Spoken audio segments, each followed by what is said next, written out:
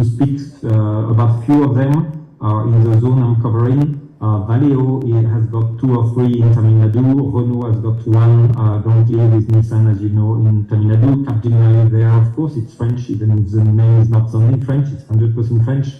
In other places, we're having zones from Airbus, from Thales, etc., and some center of excellence from Schneider. So all this put together is giving us a kind of global view and a capacity to little anticipate and to get the feedback of these industrial partners to know what they need in terms of skills, in terms of open mind from the students, in terms of interculturality, etc., etc. So let me please share with you quickly a couple of examples that we're having at different degrees. Firstly, maybe you know this uniform that your Prime Minister is going to observe during the 14th of July as the guest of honor for the French National Day, and École Polytechnique, which has been said by Napoleon, is still existing. It's not open to civilians, of course, and they will be the one on the Champs-Élysées walking.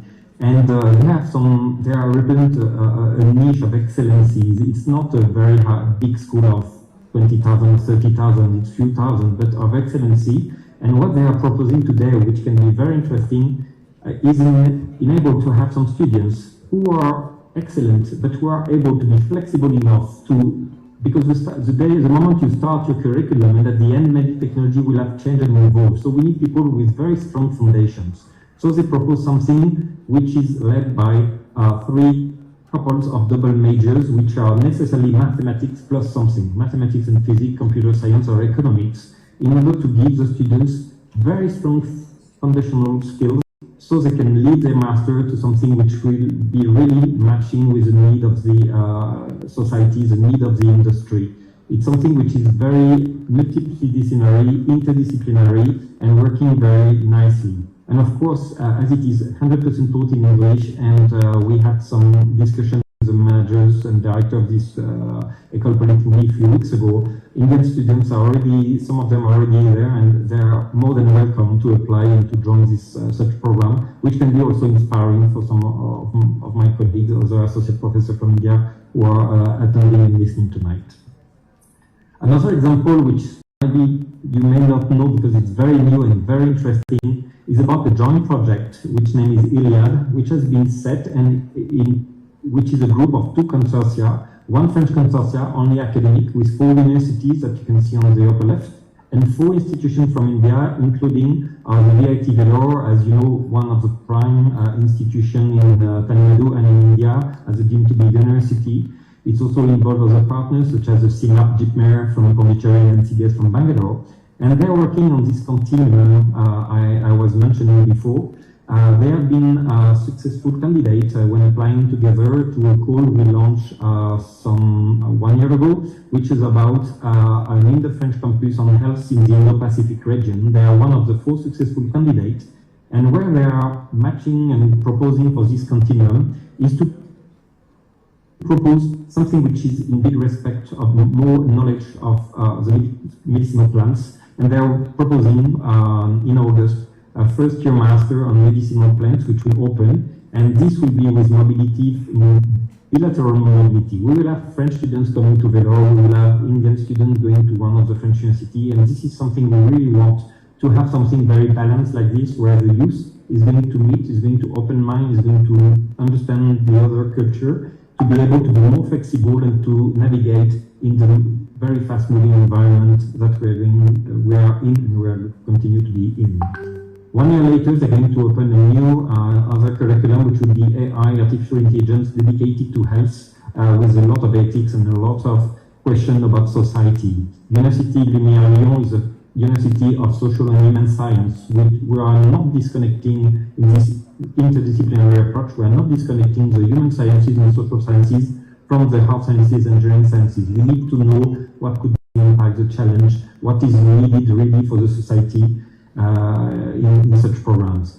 Of course, the continuum will be associating some research program in these 2 fields, and we're already in contact with L'Oréal, a French company, for the research activity, as they want, again, in an approach of better respect, they want to turn 100% green L'Oréal. So they are very interesting to know what we can have from natural plants and medicinal plants.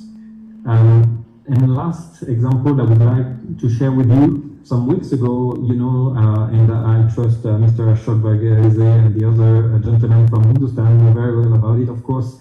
Hindustan has signed a new MOU with ENAC. ENAC is a French national school for civil aviation.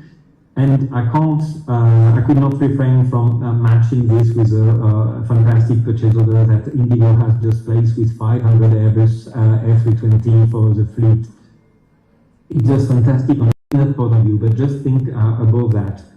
We need pilots, we need maintenance officers, we need air controls, we need every field at every level. So there's tomorrow education should take also into account the booming industry and booming industry sectors in India, and it's something we are very happy to join. To conclude, I'd like to say that more information, I don't want to be too long, so more information will be available. We have more than 50 French universities, School of Engineering and Business School who have registered for the next two France tour, which will take place in Chennai on the 8th of October. So you can have all the information to my two colleagues, Shruti and Ajit, whose email are here, and I'll be very happy to share with you this slide so you can disseminate. It will be a big event which will take place at the Hyatt Regency from 2 to 6 p.m. and of course a proper invitation will be sent to you early September to attend this event. It will be the opportunity for students to meet the schools, and it will be an opportunity also for the professors, associate professors to come and discuss to see what they could do as a partnership or to get inspired with something we are doing, or French professors will be happy to do jointly with.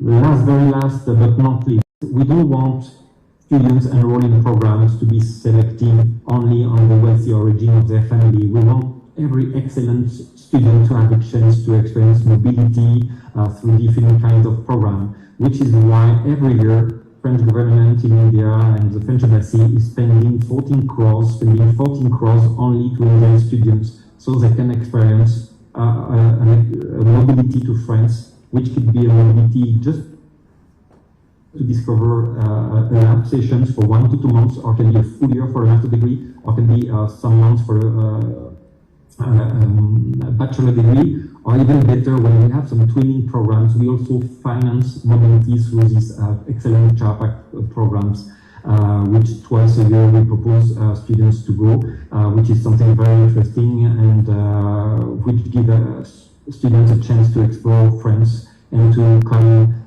with some new knowledge, intercultural ability and things like that, which are very also useful for his own development and life.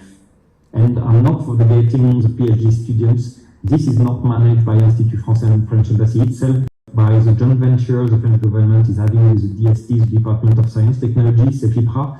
Every year we propose also multiple scholarships from 2 to 6 months to PhD students, again in both directions: ingoing mobility for French students to come to India, and outgoing mobility for Indian PhD students to go to France. This is it. This is what I wanted to share with you. I was a little fast, but wanted to speak on time. So thank you very much, and very happy to answer your question later. Thank you. Thank you, Dr. Francois Xavier. So that was an insightful speech with a lot of statistics. Well, today we also celebrate the International Yoga Day. So before we request our chief guest to speak a few words, however, we're going to have an AV, an audiovisual. So presenting to you the AV.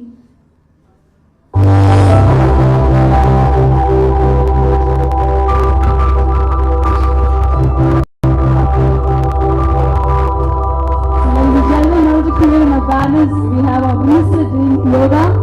So on this International Yoga Day, we'd like to make sure this across. This is the Sirasasana, the famous asana, which is very difficult indeed. Thank you very much, and let's celebrate International Yoga Day. Thank you very much. With that note, I'm honored and privileged to welcome Honorable Minister for Milk and Dairy Development, the Government of Tamil Nadu, Thiru Manothangaraj avargal, to deliver the valedictory address.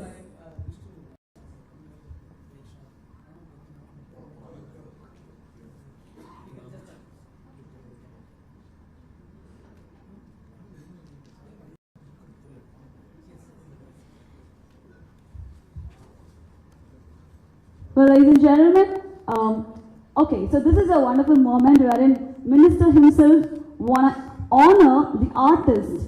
You all know the artist here, and it's none other than Palak Sharhan. So the little master here. So ladies and gentlemen, let's put our hands together, and we will request Palak to join us on the stage. Thank you.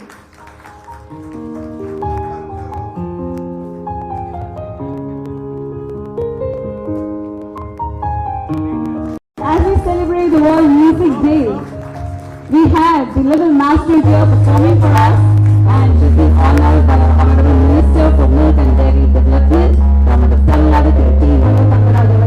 Thank you very much, sir.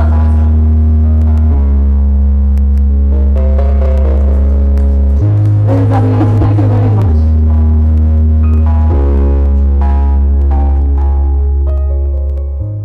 Thank you. Well, I will request Honorable Minister to deliver his valedictory address. Over to you, sir.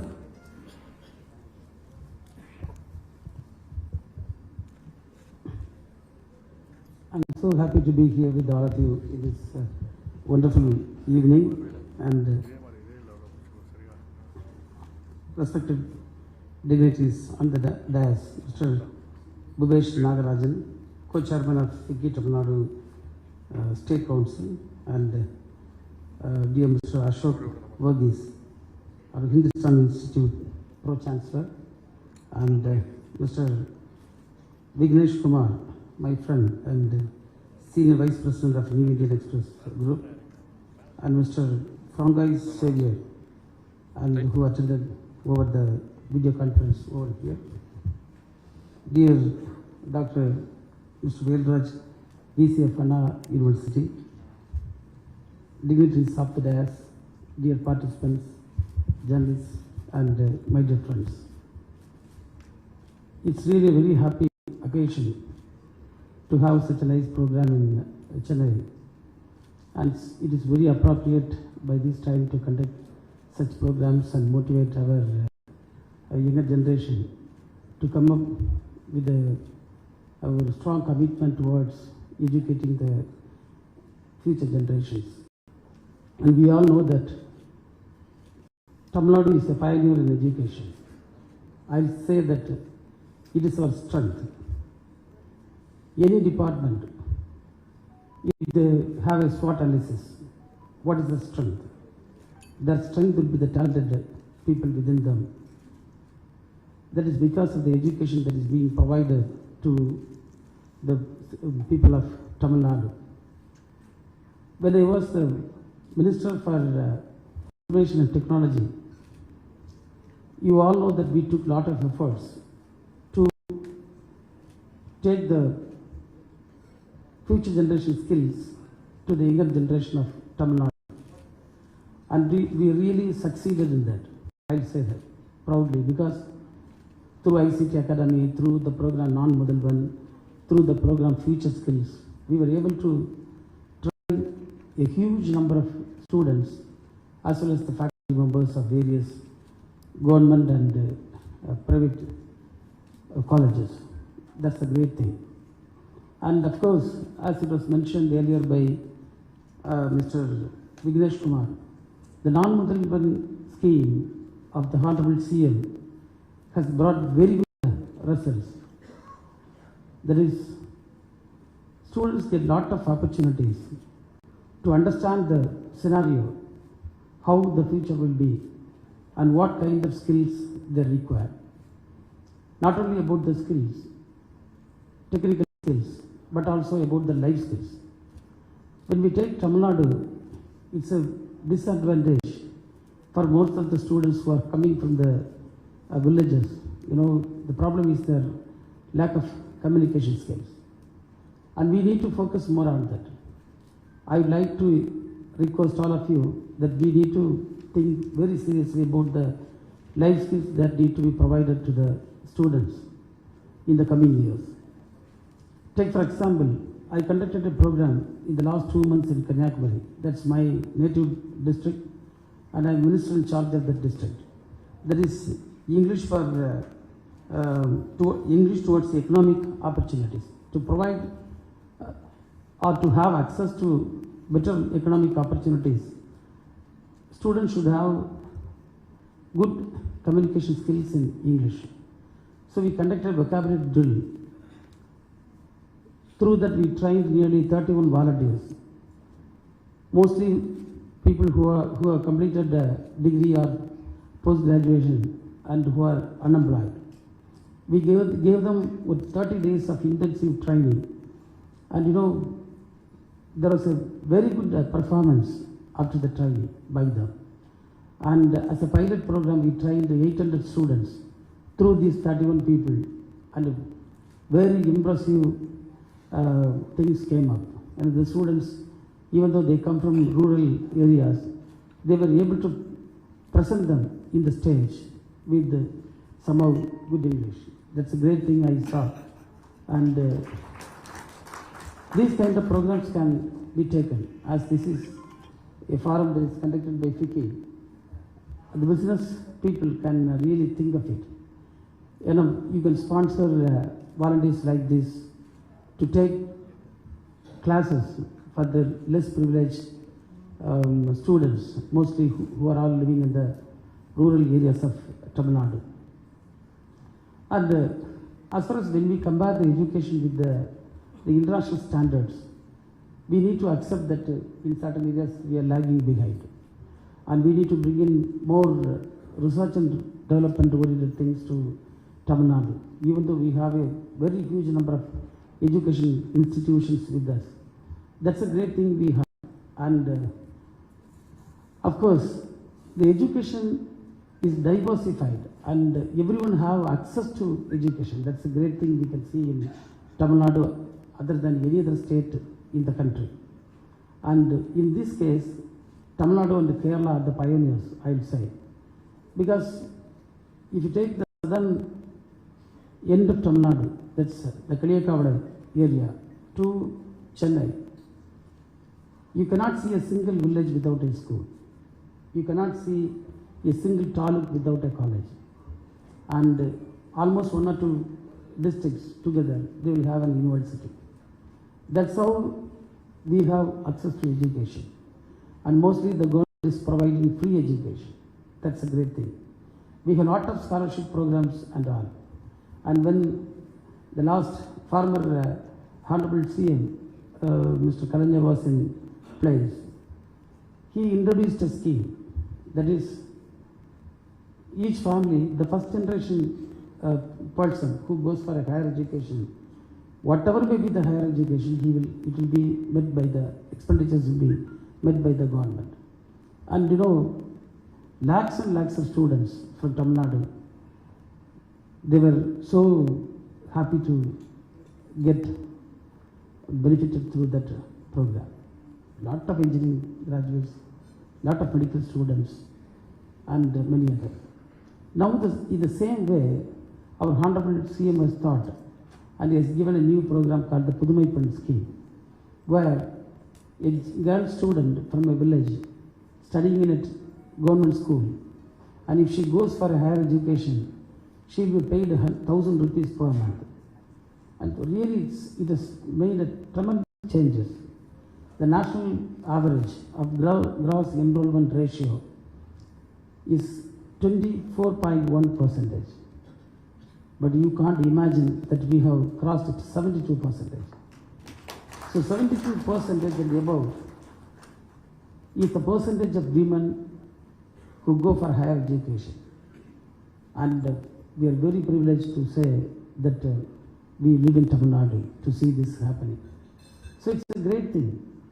So in Tamil Nadu we have a lot of welfare programs as well as development programs.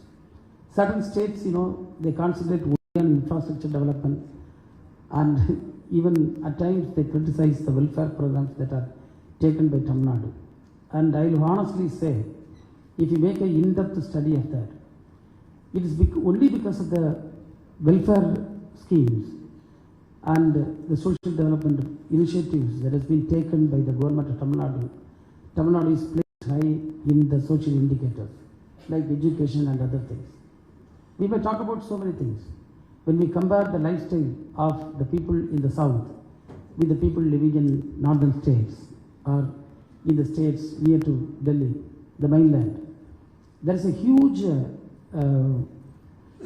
disparity you can see, because here we have brought in so much of social welfare programs that helps the common man, helps the underprivileged to come up with the basic requirements.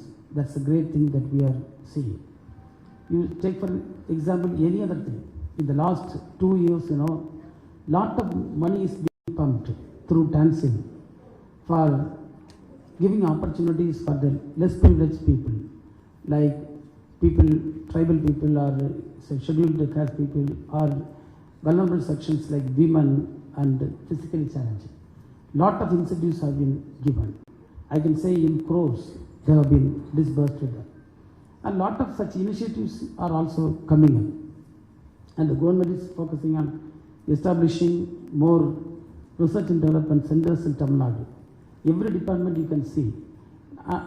And after I took charge as the Minister for Dairy and Milk and Dairy Development, we have decided to start a research center in Ambattur with a cost of 12 crore.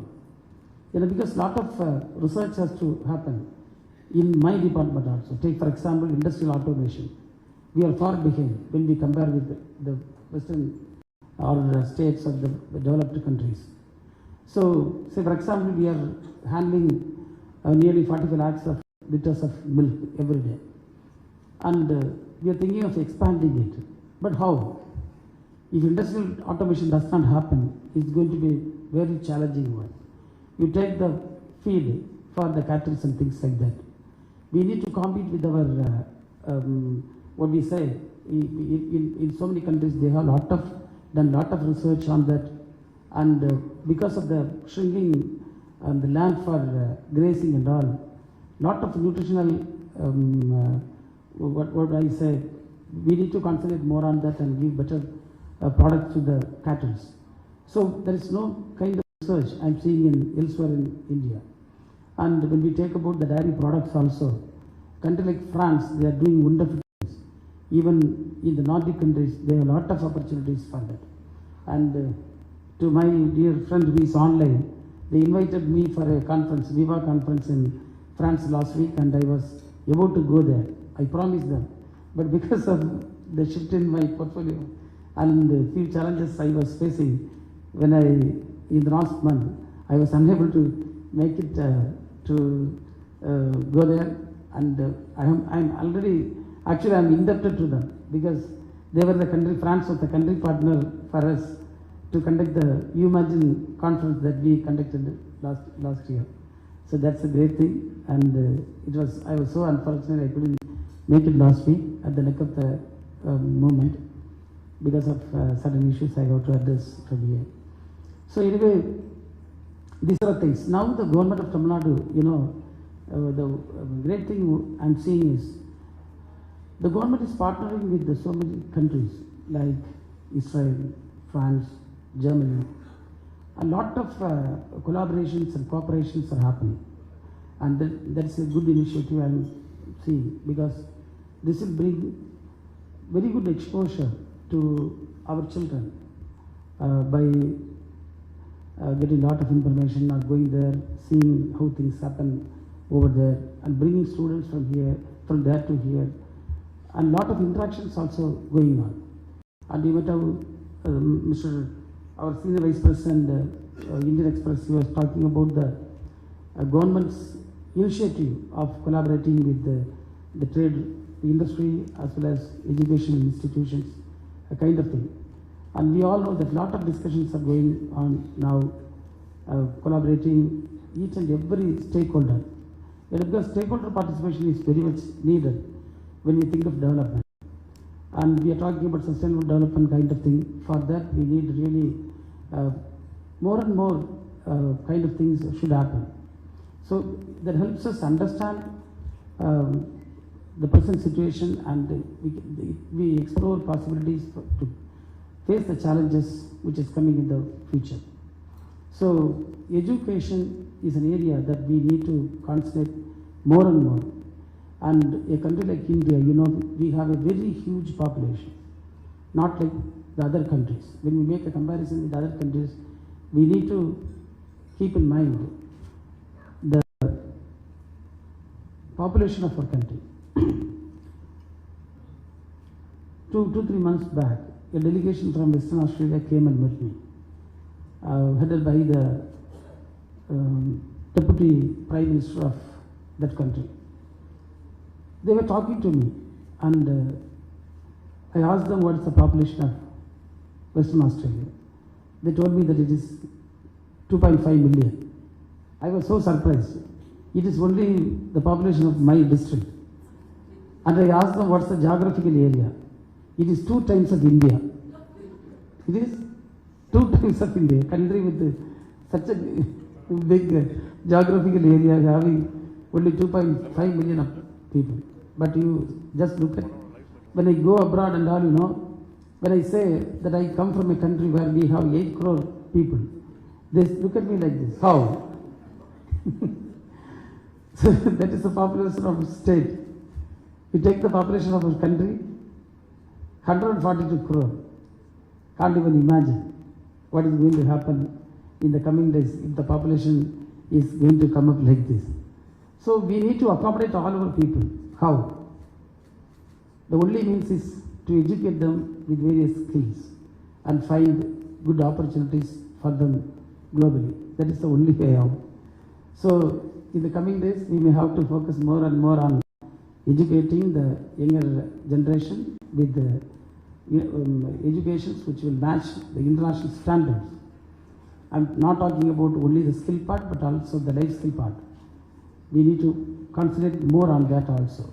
So with all these things, I wish to conclude. I extend my regards and thanks to FICCI. They are doing a lot of good things like this, and they are collaborating with us also in a wonderful way. They are extending whatever support we need from them, and the government is also very keen on working with the industrial organizations like FICCI and all. And thank you once again. Thank you. Thank you very much, dear Honorable Minister, for throwing light on the darkest topics and also for enlightening us with the futuristic projects. Thank you very much, sir. Mika Nandri. So it's time for us to recognize the awardees, and it is the moment, and we would request Honorable Minister to present all the awards and also the dignitaries to join him. So ladies and gentlemen, let's recognize the huge round of applause. So first of all, congratulations to all the awardees. A huge round of applause for them, please. Oh, this is not huge at all. The hall is huge, and so is the heart. So let's give a huge round of applause. Thank you.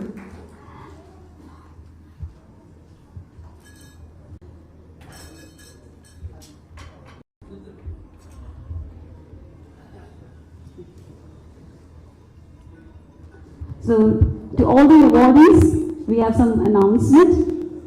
You can take the left stair and get down by the right. And we also have a photo op at the end of the session. So, all the awardees will be joining our dignitaries for a photo op. Thank you. Well, I request the Honorable Minister and also the dignitaries to join us for the award ceremony. It's the first award, and it's a Lifetime Achievement Award. And this award goes to, you all know, it's none other than Dr. S.P. Tyagarajan Avargal.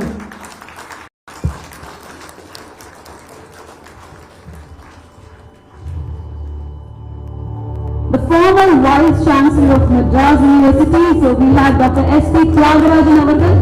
So FICCI and the Indian Express is taking the pride and privilege in presenting him the Lifetime Achievement Award, with which, you know, we are taking the happiness by giving him a lot of applause, a huge round of applause.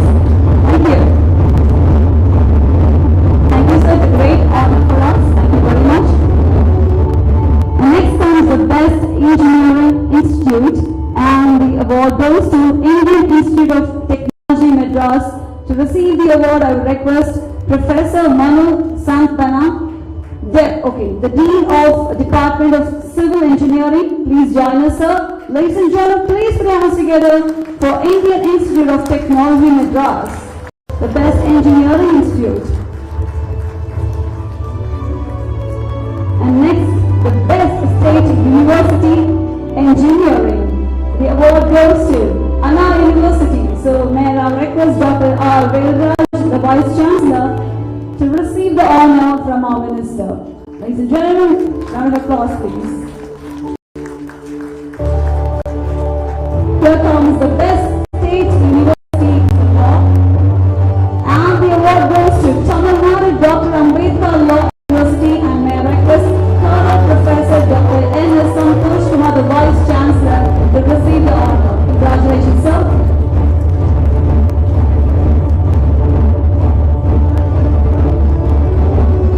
The next award is the best private engineering college west of Tamil Nadu, and the award goes to KPR Institute of Engineering and Technology, Arasu, Tamil Nadu. May I request Dr. P. Velu and Ms.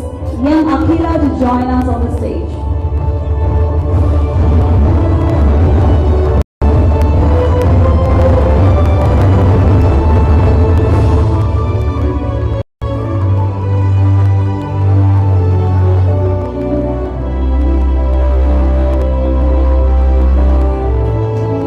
Congratulations to KPR Institute of Engineering and Technology, Arasu, Tamil Nadu. Here comes the best science and technology university.